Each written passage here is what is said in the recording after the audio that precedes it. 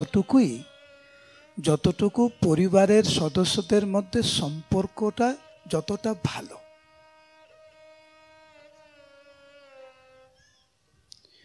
পরিবারের সদস্যদের মধ্যে সম্পর্কটা যতটা গাঢ়, পরিবারের সুখ ঠিক ততটাই।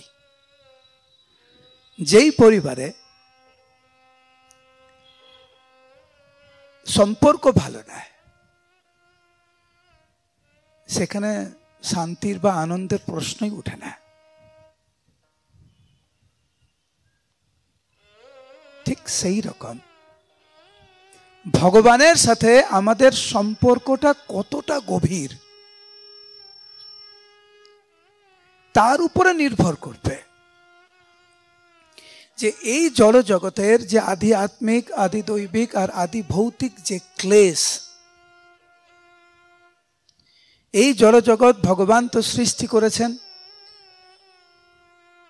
আমাদেরকে এই উপলব্ধি করানোর জন্য যে এই জড় জগৎ আমাদের নিত্য আলয় বা আমাদের বাড়ি নয়। আমাদের প্রকৃত আলয় হচ্ছে ভগবত ধাম। আমরা গোলক বৃন্দাবনের বাসিন্দা। আমরা ভগবানের সাথে থাকতে অভ্যস্ত, আমরা ভগবানকে ভালোবাসতে অভ্যস্ত, আমরা দুঃখ পেতে অভ্যস্ত নই। আমরা মানসিকভাবে এখন আমরা বিধ্বস্ত, আমাদের জীবন এখন হতাশাগ্রস্ত। কেন? কারণ ভগবানের সাথে আমাদের সম্পর্কটা দৃঢ় না। যেহেতু ভগবানের সাথে আমাদের সম্পর্কটা দৃঢ় না, সেই জন্য খুব সহজেই আমরা ভেঙে পড়ি, খুব সহজেই আমরা হতাশাগ্রস্ত হয়ে যাই, খুব সহজেই মানসিকভাবে আমরা বিধ্বস্ত হয়ে যাই। কিন্তু যেই ভক্তের ভগবানের সাথে সম্পর্ক খুব দৃঢ়, সেই ভক্তের কাছে এই জড় জগতের তথাকথিত সুখ এবং দুঃখ তাকে ততটা প্রভাবিত করতে পারে না। আর তার জ্বলন্ত দৃষ্টান্ত হচ্ছে শ্রীবাস ঠাকুর। শ্রীবাস ঠাকুর আমাদেরকে শিক্ষা দিয়েছেন কিভাবে গৃহস্থ জীবনের থেকেও ভগবানকে আপন করে নেওয়া যায়, কিভাবে ভগবানকে প্রাণ দিয়ে ভালোবাসা যায়।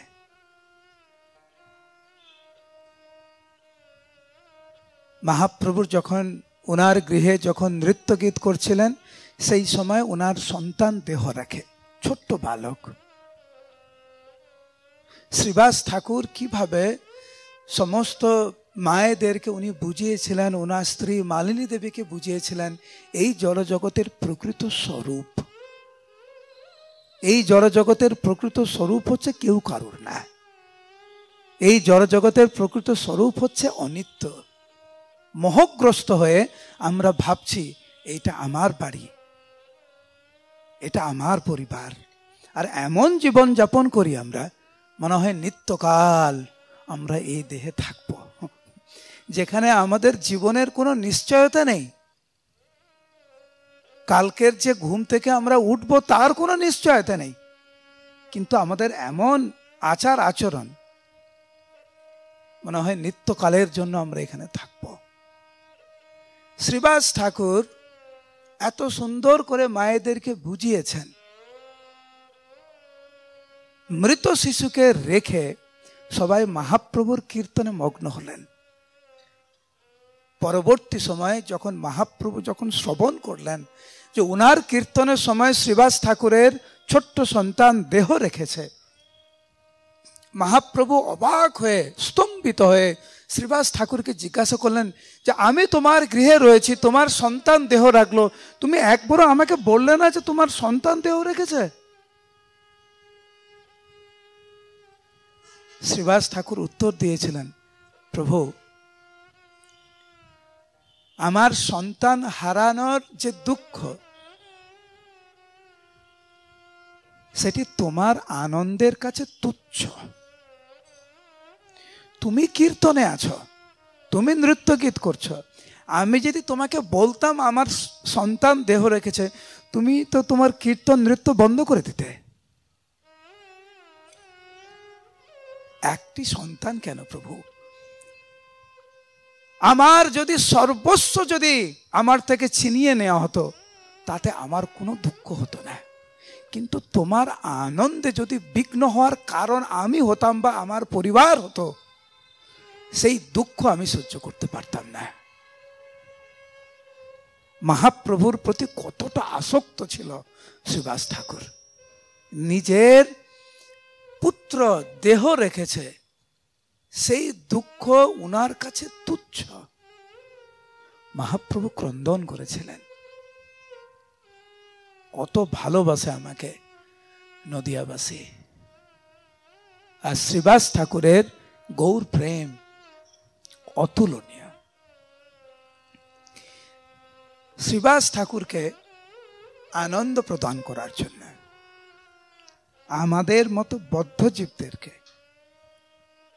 শিক্ষা দেওয়ার জন্য মহাপ্রভু আদেশ দিলেন, তোমার মৃত সন্তানকে আমার সামনে নিয়ে আসো। এখন ভোর হয়ে গেছে, সন্তান দেহ রেখেছে রাত্রিবেলায়, মৃত শিশু সামনে। মহাপ্রভু সেই মৃত সন্তানের সাথে কথা বলতে শুরু করলেন। আমি আপনি যখন মৃত শিশুর সাথে কথা বলবো, মৃত শিশু কিন্তু উত্তর দেবে না। গাছের সাথে যখন কথা বলবেন, গাছ কিন্তু আপনার কথার উত্তর দেবে না। কিন্তু অখিল বিশ্ব ব্রহ্মাণ্ডের মালিক পরম পুরুষোত্তম ভগবান কৃষ্ণ যখন মহাপ্রভু রূপে অবতীর্ণ হয়ে মৃত শিশুকে যখন কিছু জিজ্ঞাসা করবে, মৃত শিশু উত্তর দিতে বাধ্য।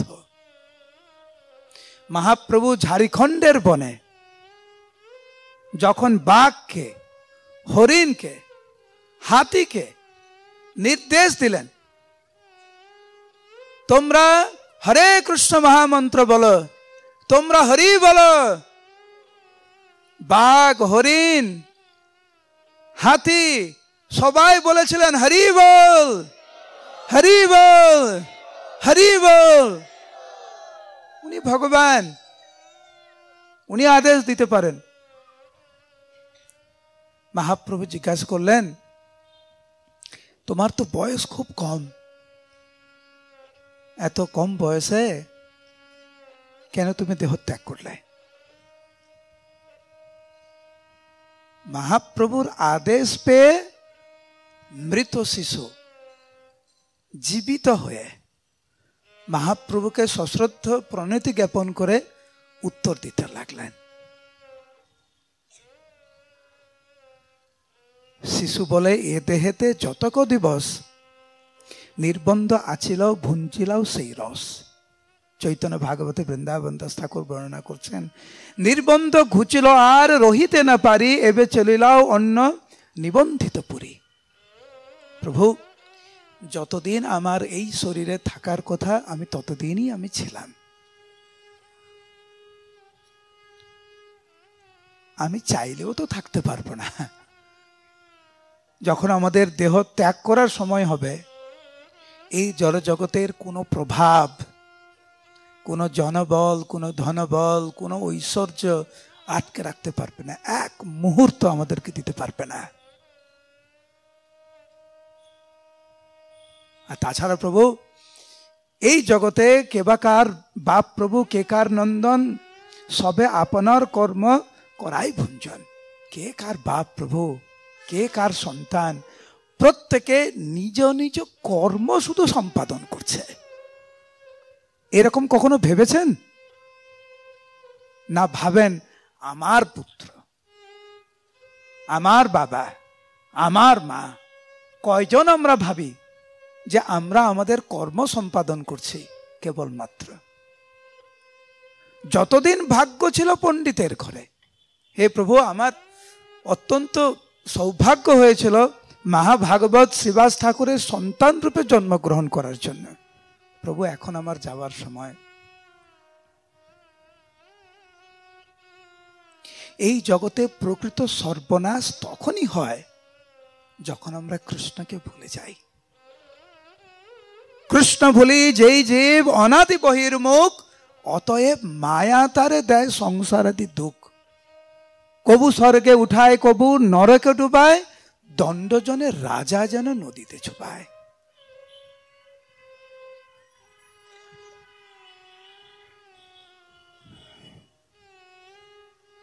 প্রভু এইবার প্রথমবার নয় যখন আমার জন্ম হয়েছে, বহুবার আমি জন্মগ্রহণ করেছি, বহুবার আমি মৃত্যুবরণ করেছি।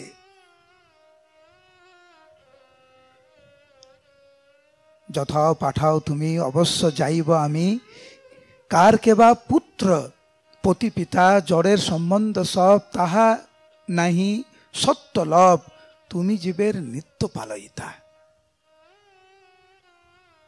এই জড় জগতের যে সমস্ত সম্পর্কের মধ্যে আমরা আবদ্ধ রয়েছি, ডুবে রয়েছি,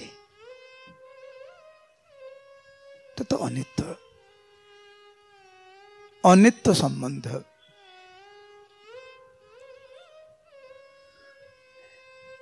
প্রত্যেকটি বার যখন আমি জন্মগ্রহণ করেছি, অনেক কষ্টে জন্মগ্রহণ করেছি। আপনারা জানেন জন্মগ্রহণ আরামদায়ক না, জননী জঠরে থাকা আরামদায়ক না, জন্মগ্রহণ করা আরামদায়ক না। গতকাল আমরা আলোচনা করছিলাম যে শিশু জন্মগ্রহণ করার পরে যখন ক্রন্দন করে, তখন সবাই ভাবে হ্যাঁ এইবার ঠিক আছে। ক্রন্দন দিয়ে আমাদের জীবনযাত্রা শুরু। দেখেছেন জন্মগ্রহণ করার সাথে সাথে হাসছে না, আগে ক্রন্দন, আর যখনই ক্রন্দন মা বাবা খুশি, এবারে কান্না করছে, তাহলে ঠিক আছে। এই জগতে কান্না করাটা স্বাভাবিক। কোথায় আছি আমরা? দুঃখ দিয়ে শুরু, দুঃখ দিয়ে শেষ, মাঝখানে দুঃখ। কিন্তু এখানে শ্রীবাস ঠাকুরের সন্তান বলছেন, সকল বারে মরণকালে অনেক দুঃখ পাই। জন্ম যেরকম আরামদায়ক না, মৃত্যুও আরামদায়ক না, আরো বেশি কষ্টকর। কেন? কারণ মৃত্যুর সময় আমরা, মৃত্যুর আগে পর্যন্ত আমরা বেশ কিছু বছর আমরা এই দেহে কাটিয়ে দিয়েছি। সেই জন্য দেহের প্রতি আমাদের অনেক আসক্তি রয়েছে। যাদের সাথে সংসার করেছি তাদের প্রতি আমাদের অনেক আসক্ত রয়েছে। যেই বাড়িটা আমি তৈরি করেছি, সেই বাড়ির পিছনে অনেক সংগ্রাম, অনেক শ্রম দিয়েছি আমি। যেই সন্তানকে আমি লালন পালন করেছি, তার পিছনে আমি অনেক শ্রম দিয়েছি। আর এখন সব কিছু আমার থেকে ছিনিয়ে নেওয়া হচ্ছে, যদিও আমি চাই না। মানসিক ক্লেশ আর দৈহিক ক্লেশ সবকিছু মিলিয়ে শাস্ত্রে বর্ণনা রয়েছে যে মৃত্যুর সময় যে যন্ত্রণাটা আমরা পাই, ভাগবত অনুযায়ী একসাথে 10,000 কাঁকড়া বিছে যখন কামড় দেয়, তার যে যন্ত্রণা, সেটি হচ্ছে মৃত্যুর সময় যন্ত্রণা। এই যে মানসিক যন্ত্রণা, যে আমি মরতে চাই না কিন্তু আমার কিচ্ছু করার নেই, আমার থেকে সবকিছু ছিনিয়ে নেওয়া হচ্ছে, এই যন্ত্রণাটাকে 10,000 কাঁকড়া বিছের কামড়ের সাথে তুলনা করা হয়েছে।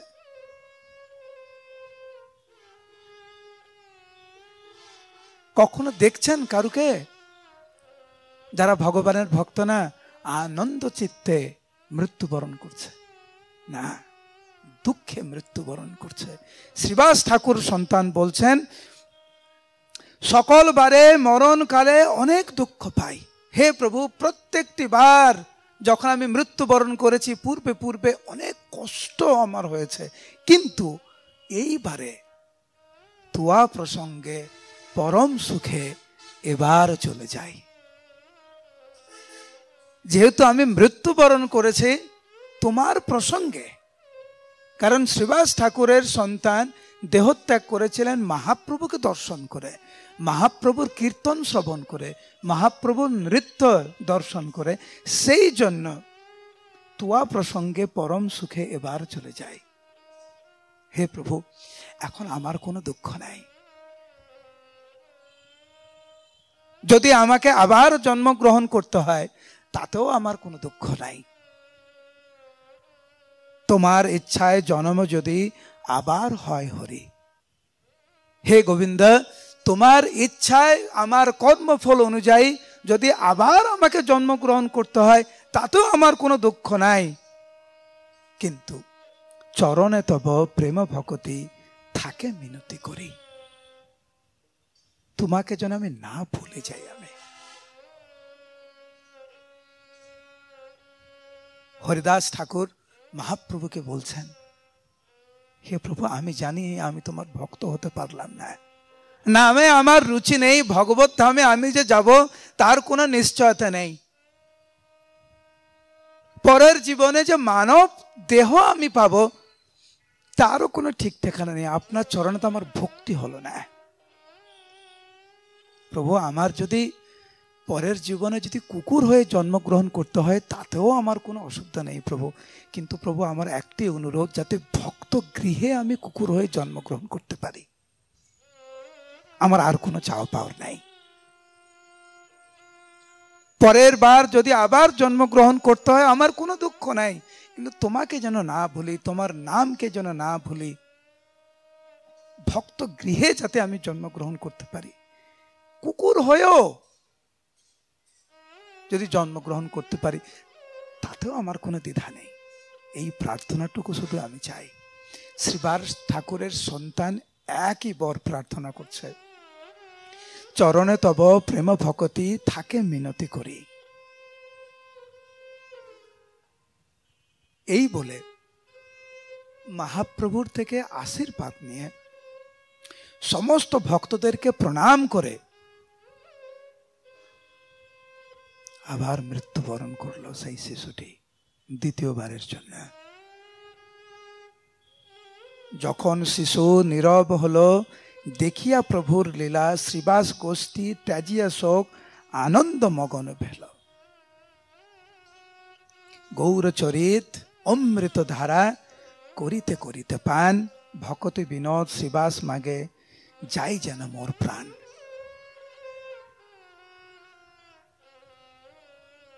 আমরা সবাই বাঁচতে চাই, ভালোভাবে বাঁচতে চাই, তার জন্যই আমরা সংগ্রাম করছি। কেন ছোটবেলা থেকে এত চাপ আমাদের উপরে? পড়াশোনা করো, পড়াশোনা করো, ভালো করে পড়াশোনা করো। কেন এত চাপ? যখন একটু বড় হলাম, ভালো করে ব্যবসা করো, ভালো করে চাকরি করো। কেন?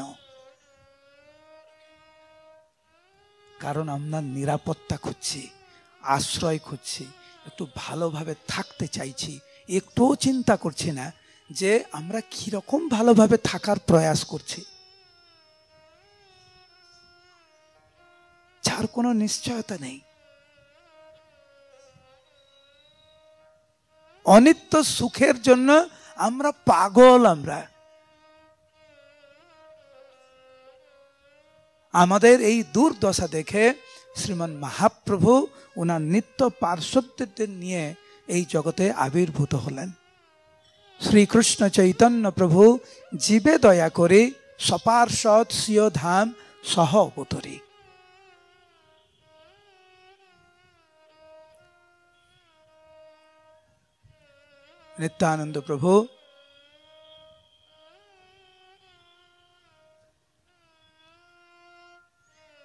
নিত্যানন্দ প্রভু দুই হাত তুলে আমাদের মতো বদ্ধজীবদেরকে আহ্বান জানাচ্ছেন, অনুরোধ জানাচ্ছেন, এসো হে খলির জীব, ছাড়ি খুঁটি নাটি নির্মল গৌরাঙ্গ প্রেম লহ পরিপাটি। আমরা খুঁটিনাটি নিয়ে অনেক ব্যস্ত হয়ে গেছি, আমরা অনিত্য সুখের জন্য অনেক ব্যস্ত হয়ে গেছি, অন্ধ হয়ে গেছি। আমরা অন্ধকারে থাকতে থাকতে আমরা এত অভ্যস্ত হয়ে গেছি যে চিন্ময় আনন্দ জগতে আমরা প্রবেশ করতে চাই না। সেই জন্য মহাপ্রভু এবং মহাপ্রভুর পার্শ্বদবৃন্দ বারবার আসেন আমাদের কাছে, আমাদেরকে মনে করিয়ে দিতে আমাদের প্রকৃত কর্তব্য।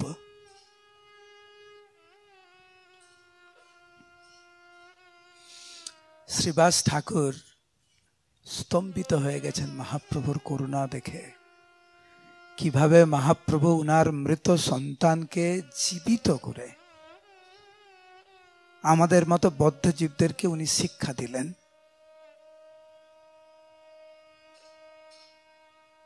মহাপ্রভুর আশীর্বাদে শ্রীবাস ঠাকুর এবং শ্রীবাস ঠাকুরের পরিবারের আর কোনো দুঃখ রইল না। শ্রীবাস ঠাকুর এবং ওনার ভাই মহাপ্রভুর চরণ কমলে পড়ে বলছেন, জন্ম জন্ম তুমি পিতা মাতা পুত্র প্রভু, তোমার চরণ যেন না পসরি কভু। বৃন্দাবন দাস ঠাকুর শ্রীবাস ঠাকুরের মনোভাব এত সুন্দর করে উনি বর্ণনা করছেন, তোমার চরণে যেন প্রেম ভক্তি রহে, আমি আর কিছু চাইছি না। মহাপ্রভু শ্রীবাস ঠাকুরের ভক্তির দ্বারা উনি আবদ্ধ। মহাপ্রভু বলছেন, শ্রীবাস, একটি সন্তান তোমার দেহত্যাগ করেছে বিধির বিধান অনুযায়ী। একটি সন্তান তুমি হারালে, আজ তুমি দুটি সন্তান পেলে। আমি এবং নিতাই এই দুইজন তোমার সন্তান। চৈতন্য ভাগবতের বর্ণনা, আমি নিত্যানন্দ দুই তোমার নন্দন, চিত্তে কিছু তুমি ব্যথা না ভাবিও, আর কোনো চিন্তা করবে না, আমি আর নিত্যানন্দ তোমার সন্তান। সমস্ত ভক্তবৃন্দরা মহাপ্রভুর এই করুণার কথা স্মরণ করে দর্শন করে সবাই ক্রন্দন করতে লাগলেন। শ্রীবাস ঠাকুর মহাপ্রভুর চরণ যুগল ধরে মাটিতে পড়ে গেলেন। শ্রীবাস মন্দিরে কি ভাব উঠিল তাহা কি বর্ণনা হয়, ভাবযুদ্ধ শনে আনন্দ ক্রন্দন উঠে কৃষ্ণ প্রেমময়। শ্রীবাস অঙ্গনে যে ক্রন্দন উঠেছিল, আনন্দের ক্রন্দন উঠেছিল, সেটা কিভাবে বর্ণনা করব? চার ভাই পড়ি প্রভুর চরণে, প্রেম গদ গদ স্বরে কাঁদিয়া কাঁদিয়া কাকুতি করিয়া গড়ি যায় প্রেম ভরে। ওহে প্রাণেশ্বর, এহেন বিপদ প্রতিদিন যেন হয়। আমরা চাই আমাদের জীবন থেকে বিপদগুলো চলে যাক, বিপদগুলো চলে যাক। ভগবানকে কাছে আসি, ভগবানকে বলি, ভগবান তোমার এই যে মন্দিরে আসলাম, প্রণামী বক্সে 10 টাকা দিলাম প্রণামী, আমার দুঃখ তুমি নিয়ে না, 10 টাকার বিনিময়। ঠিক বলছি না ভুল বলছি? একটু ফলমূল নিয়ে আসি, একটু সন্দেশ নিয়ে আসি, ভগবানকে দেই আর বলি আমার ছেলের পরীক্ষা আজকের পাস যেন হয়ে যায়, আজকে চাকরির ইন্টারভিউ যেন ঠিকঠাক হয়। ভগবানের সাথে আমরা ব্যবসা করা শুরু করে দিয়েছি।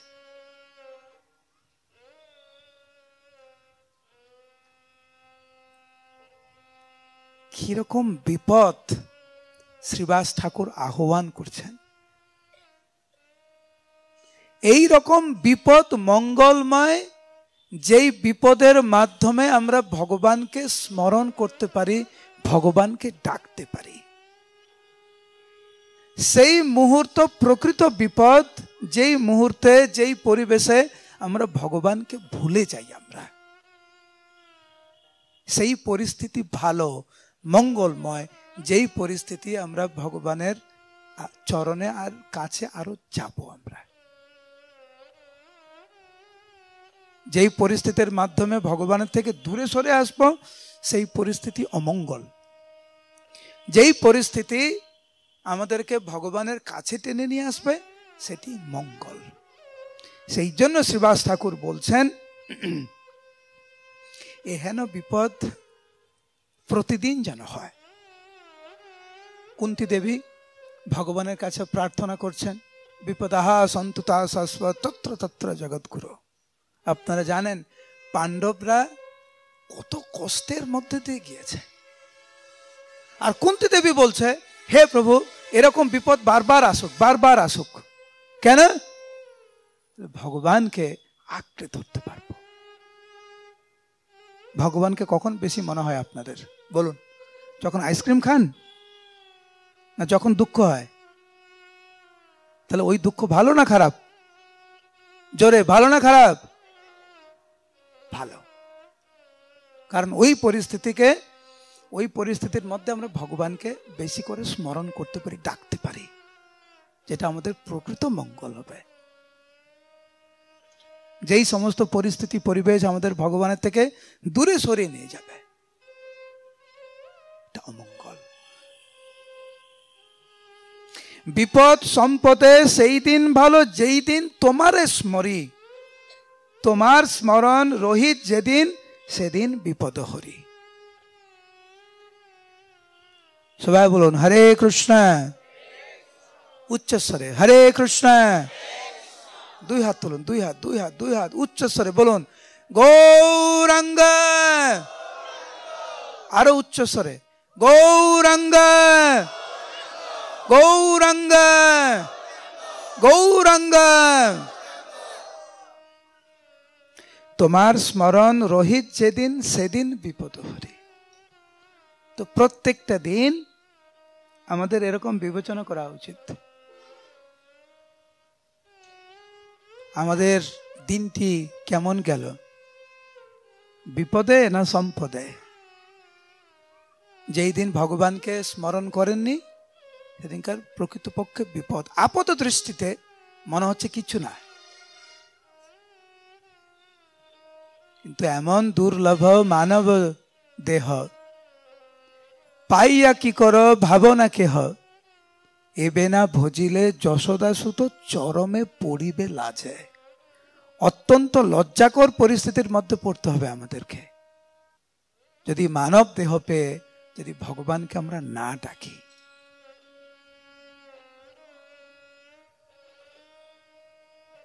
আমি এই কথা বলেই আমি শেষ করব, তারপরে আমরা কিছুক্ষণ কীর্তন করব। মন দিয়ে শুনুন কি বলছি। এখন আমরা হাঁটা চলা করতে পারি, কিন্তু একদিন আসবে আমাদের জীবনে আমরা চাইলেও কিন্তু হাঁটা চলা করতে পারবো না।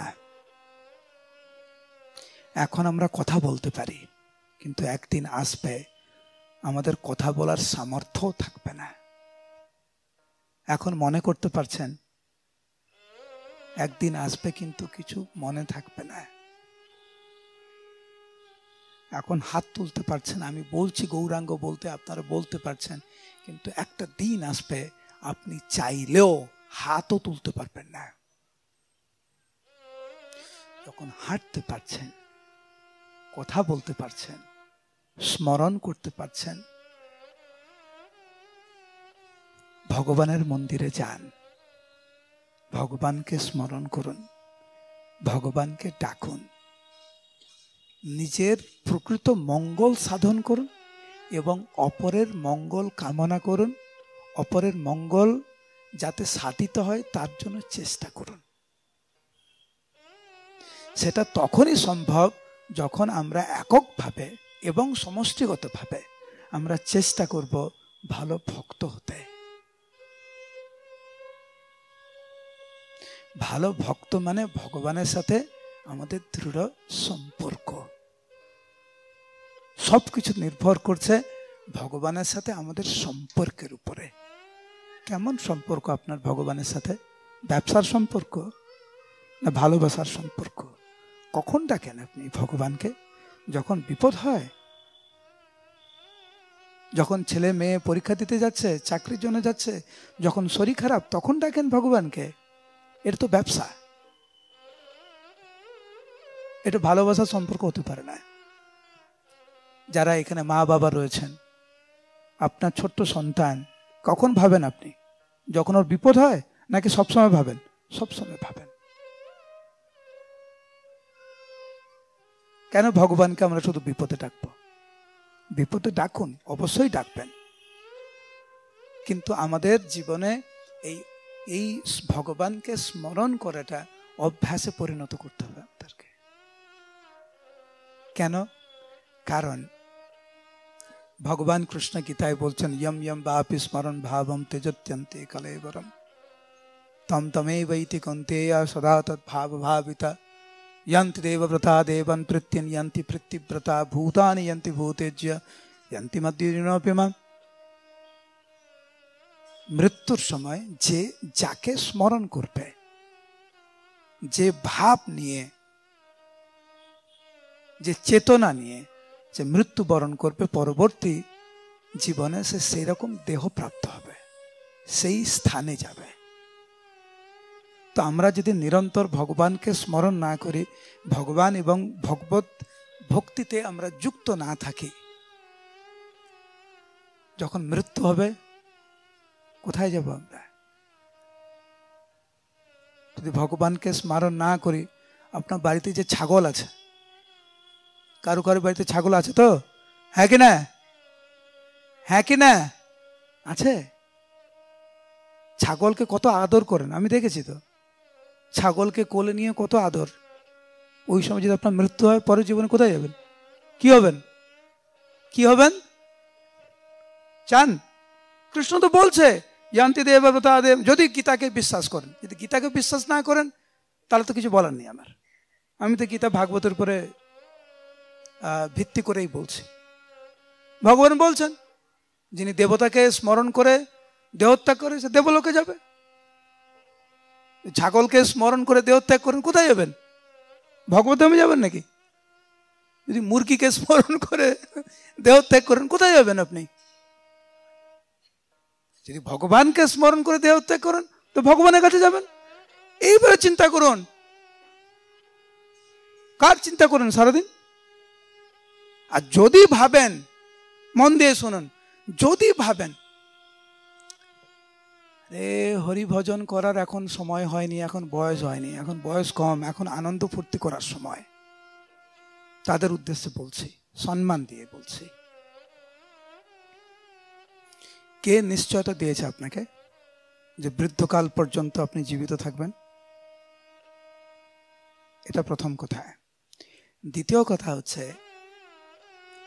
এই কথাটা এমন হলো, আমার পরম গুরুদেব ইসকনের প্রতিষ্ঠাতা আচার্য ছিল প্রভুপাদ উদাহরণ দিয়েছেন যে একজন ছাত্র যদি ভাবে সারাদিন সারা বছর পড়াশোনা করবে না, পরীক্ষার আগের দিন বই খুলে একদিন পড়াশোনা করে 1 ঘন্টা পড়াশোনা করে পরীক্ষা পাস করে যাব আমি, এটা যেরকম অবাস্তব কথা। সারা জীবন পাপ কর্ম করবো আমি, কুচিন্তা করব, ভগবানকে ডাকবো না, আর জীবনের যখন অকেজ হয়ে যাব, আমরা অকেজ হয়ে যাব,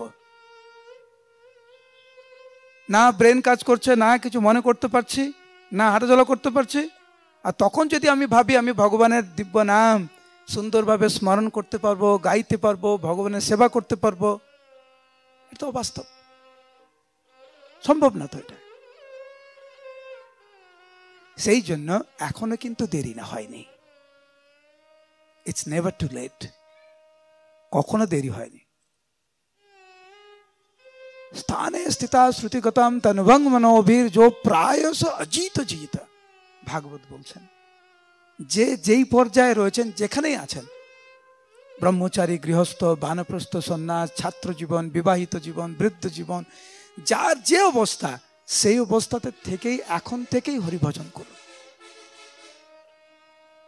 আপনাদের শ্রী চরণ কমলা আমার বিনম্র নিবেদন, দয়া করে ভাববেন না পরের বছর, এখন পড়াশোনা করছি, পড়াশোনাটা হয়ে যাক, তারপরে পড়াশোনা শেষ, এখন চাকরিটা হয়ে যাক, ব্যবসাতে একটু দাঁড়িয়ে যাই, তারপরে ওটা হয়ে গেল, এখন বিবাহ করি, বিয়েটা সেরে ফেলি, তারপরে হরিভজন করব।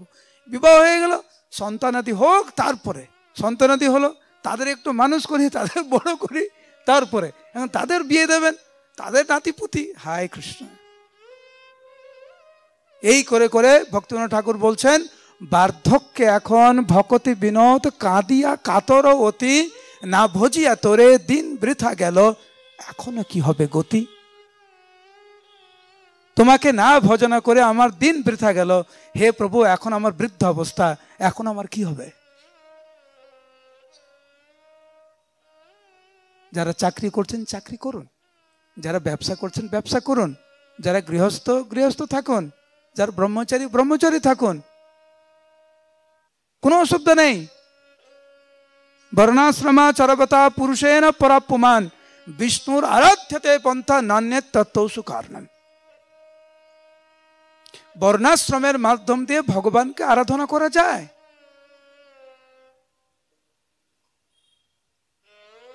গৃহস্থরা কি ভক্ত না? সন্ন্যাসীরা কি ভক্ত না? ব্রহ্মচারী কি ভক্ত না? বানপ্রস্থ কি ভক্ত না? অবশ্যই ভক্ত। যদি ভগবানকে আরাধনা করে তো ভক্ত। প্রহ্লাদ মহারাজ, ধ্রুব মহারাজ, কত বয়স ছিল? 5 বছর বয়স, ভগবানকে পেলেন।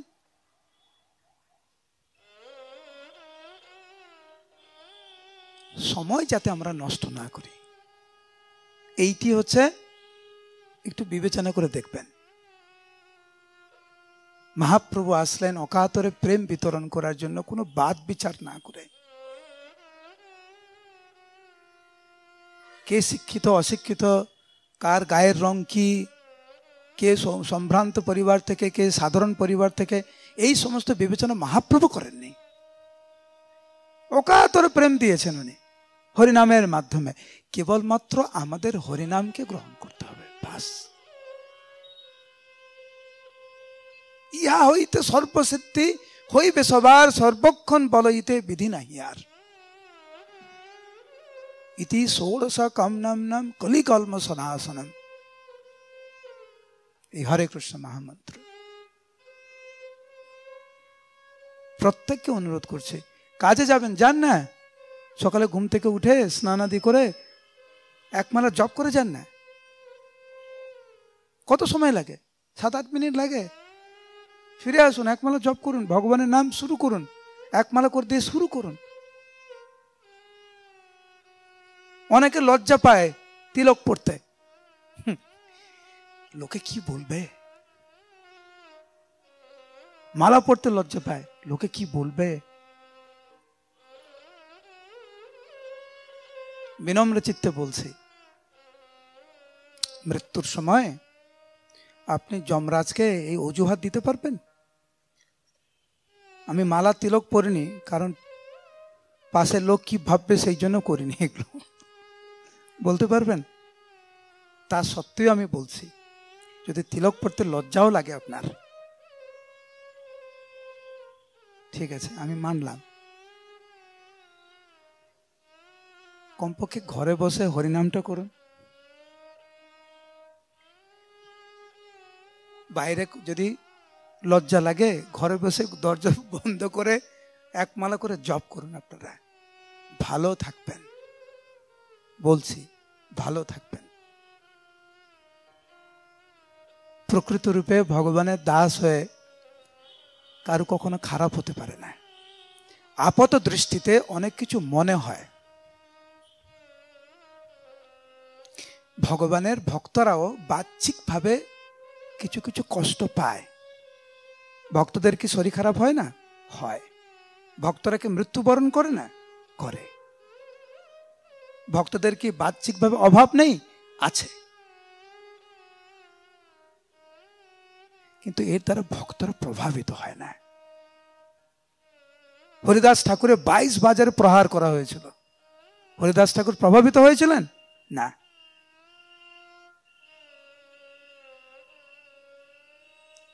কারণ ভক্তরা জানে ভগবান কৃপা করে বিভিন্নভাবে, বিভিন্ন সময়ে, বিভিন্ন পরিস্থিতিতে ভগবান আমাদেরকে পরীক্ষা করেন।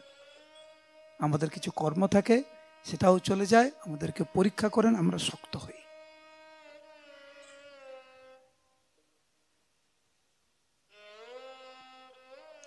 প্রত্যেকটি, আমার মনে হয় সবাই এটি জানে, বিড়াল আর ইঁদুর,